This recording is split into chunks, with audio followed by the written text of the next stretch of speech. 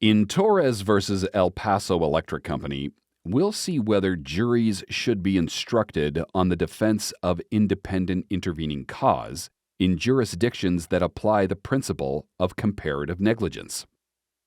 Francisco Torres worked for Aldershot, a nursery and garden company. One of Torres's job duties included installing a roof on Aldershot's greenhouse. El Paso Electric Company operated a power pole next to Aldershot's greenhouse.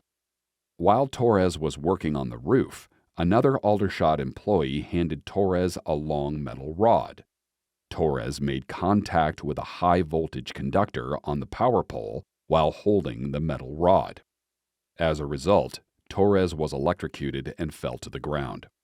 Torres suffered serious burns, and Torres's left foot had to be amputated.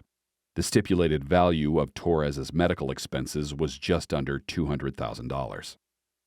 Torres and his wife Sonia filed suit against the electric company for negligence and loss of consortium.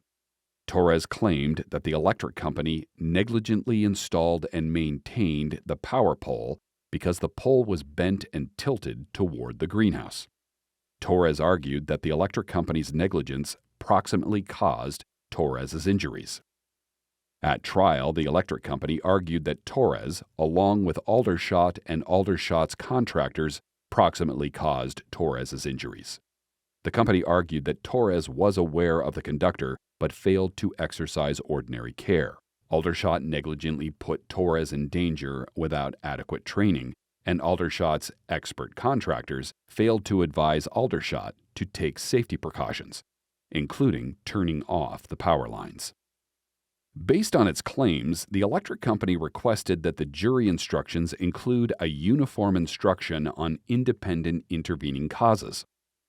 An independent intervening cause is an act that interrupts the natural sequence of events and produces a different result that isn't reasonably foreseeable. If there is an independent intervening cause, then a defendant can be relieved of liability. The trial court included the uniform jury instruction. The jury held that the electric company was negligent, but that the company wasn't liable because there were subsequent negligent acts that relieved the electric company of its liability. Torres appealed. Torres argued that the trial court erred when it included the jury instruction on independent intervening causes. The Court of Appeals certified the issue to the New Mexico Supreme Court.